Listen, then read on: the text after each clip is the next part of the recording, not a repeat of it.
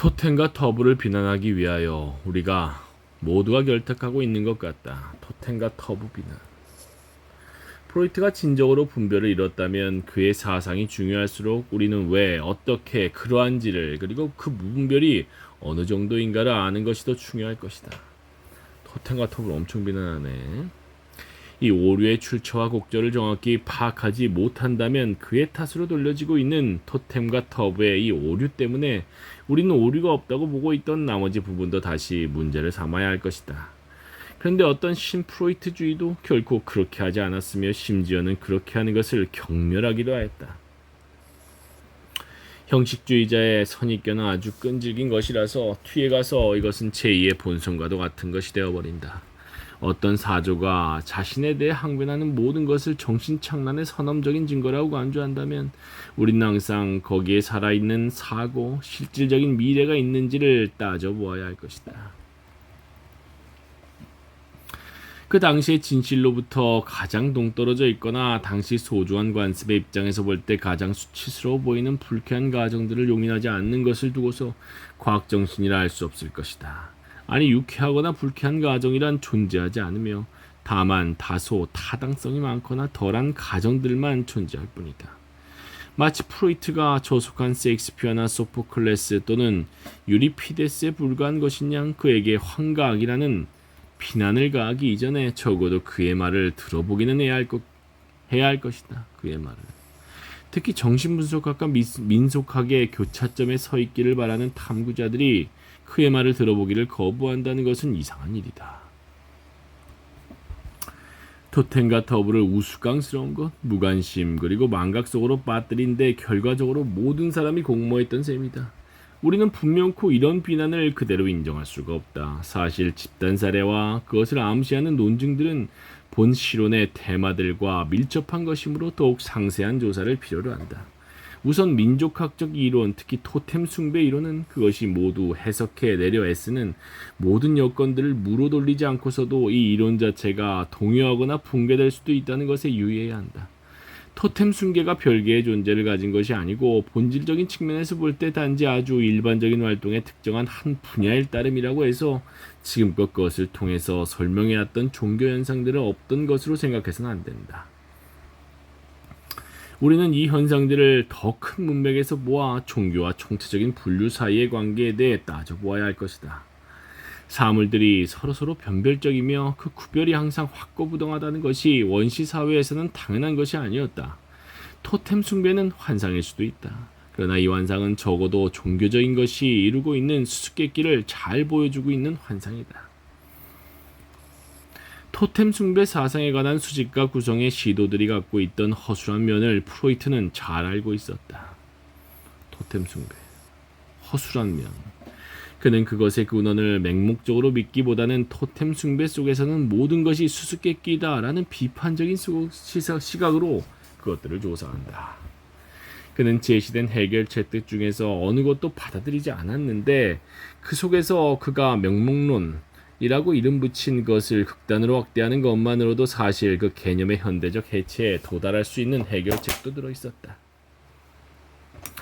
이 모든 이론들은 왜 원시 종족들이 동물의 이름을 지니고 있는가를 설명해 주고 있긴 하지만 동물의 이름들. 그들이 그렇게 여긴 이 명명의 중요성에 대해서는 아무런 설명 없이 인정하고 있다.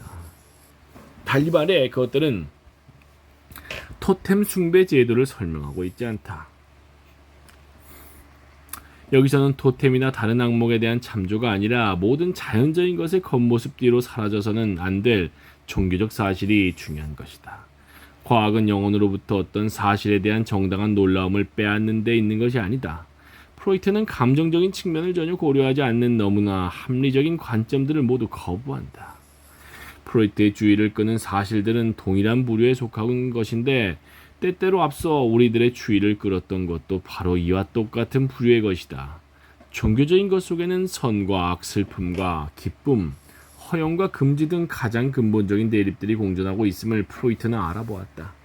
예를 들어 축제는 어떤 금지에 대한 당단한 위반, 허용되고 게다가 또 명령된 과도한 행위라는 것이다.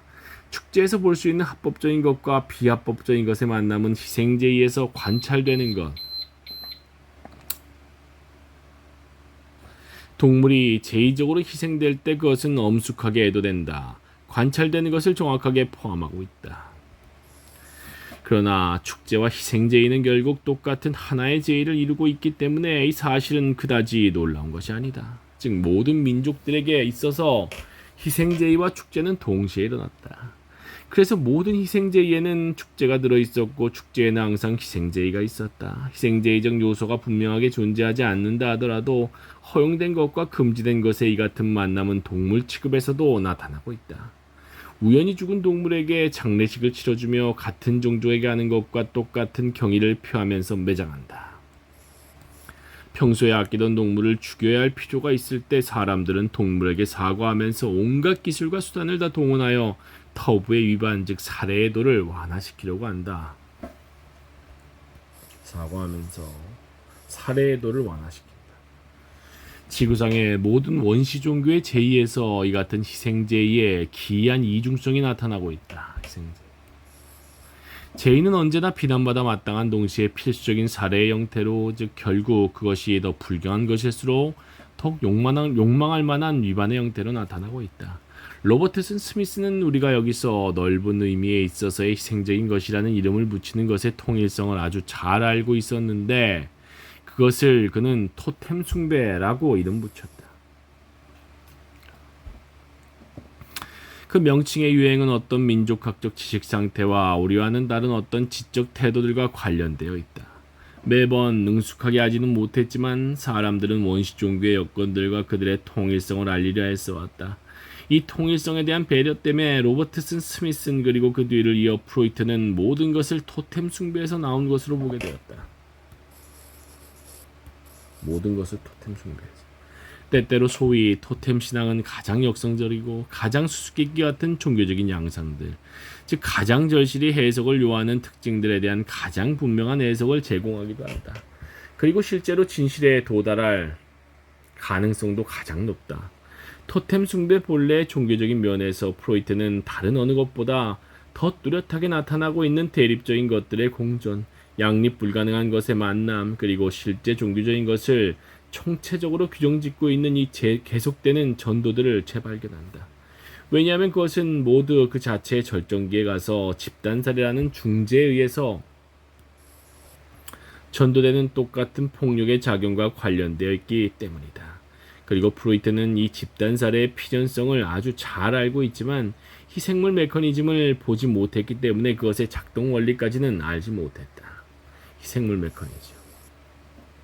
우리는 이 메커니즘에 의해서만 처음에는 죄가 되던 희생적 처형이 왜 그 사륙이 진행됨에 따라 문자 그대로 신성한 것으로 변하는지를 이해할 수 있게 된다. 신성한 것.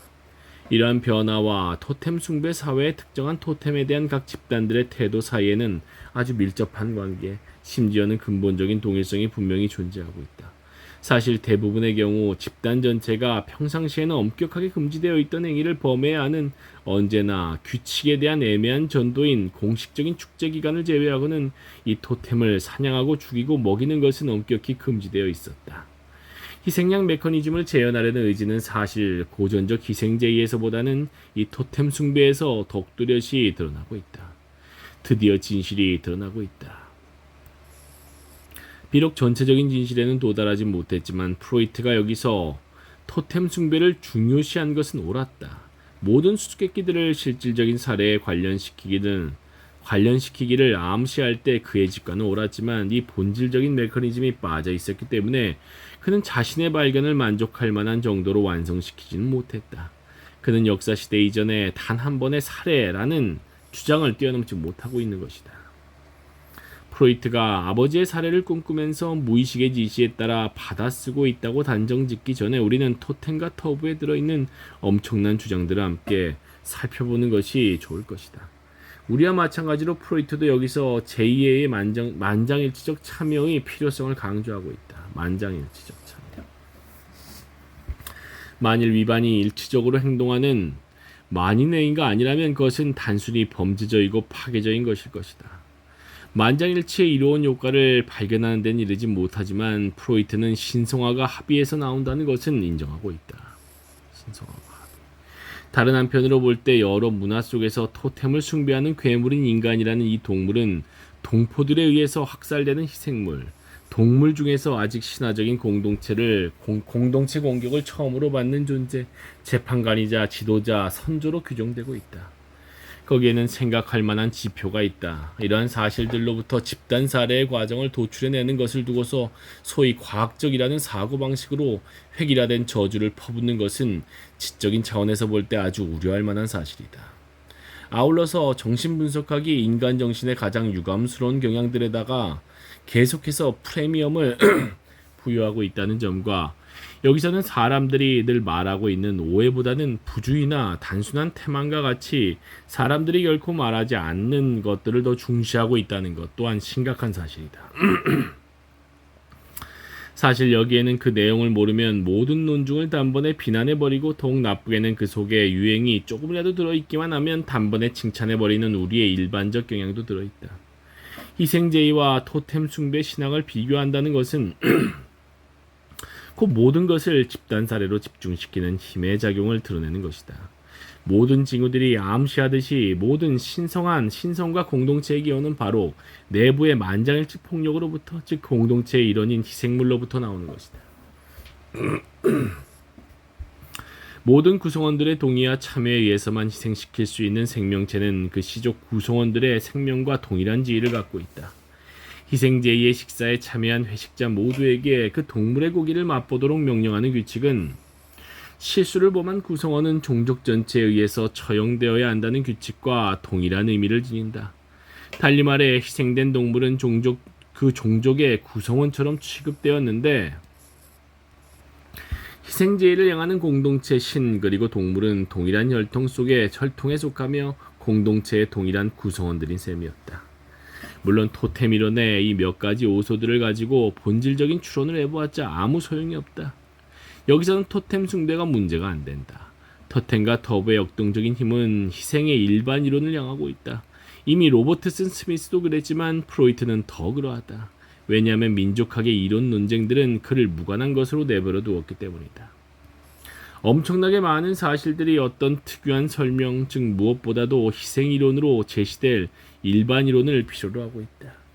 로버트슨 스미스는 제단 위에서 행해지는 희생제의가 고대 종교제의의 본질을 이루고 있다고 말했지만 그것은 고대 종교뿐 아니라 모든 종교에도 똑같은 역할을 수행하고 있다. 그래서 우리는 도처에서 똑같은 효과를 내고 있는 아주 보편적인 이 원인들로서 희생의 존재 이유를 설명할 수 있을 것이다. 프로이트의 원형적인 희생은 낙타의 희생제의 있는데 낙타의 희생제의 이는 이미 로버트슨 스미슨에 있어서 중요한 역할을 수행하고 있었던 제의이다. 기원후 4세기경의 자료를 보면 그 당시 시나이 사막에서는 다음과 같은 식으로 이 희생제의가 행해지고 있었다. 시나이 사막 제물 낙타는 돌로 만들어진 계단 위에 묶인 채 누워있다. 족장은 참가자들에게 노래를 부르면서 제단을 3바퀴 돌게 한 다음에 그 동물에게 상처를 내고서 솟아오르는 피를 개걸스럽게 마신다. 뒤이어 모든 부적이 동물에게 달려들어 각자의 칼로 아직 꿈틀거리고 있는 살점을 노려내어 똑같이 아주 신속하게 먹어치웠기 때문에 이 제의가 시작되던 새벽별이 뜰 때부터 태양으로 별빛이 희미해질 때까지의 짧은 시간 사이에 이 생물이 완전히 해체되었다. 로버트슨 스미스가 이 희생제의 속에서 그 흔적들을 찾아냈다고 믿고 있는 소위 토템 숭배의 유물들은 내 생각으로는 다른 곳에서와 마찬가지로 여기서도 불완전하게 남아 희생양에 관한 직관으로 기착되고 있는 것 같다. 집단 사례와 관련된 만큼만 토템 숭배의 유물들은 프로이트의 관심을 끈다. 방금 살펴본 시나이 사막의 이야기를 앞에 두고서 이 사례라는 가정을 구성하게 된 이 사상가를 진정으로 조롱할 수 있을까? 여기서는 모든 진지한 탐구가 빠져 있다고, 그리고 이 가정은 온통 개인적인 신기로, 즉 정신분석학의 환상 위에 세워져 있다고 너무나 당연한 듯이 방언할 수가 있을까? 14분 33초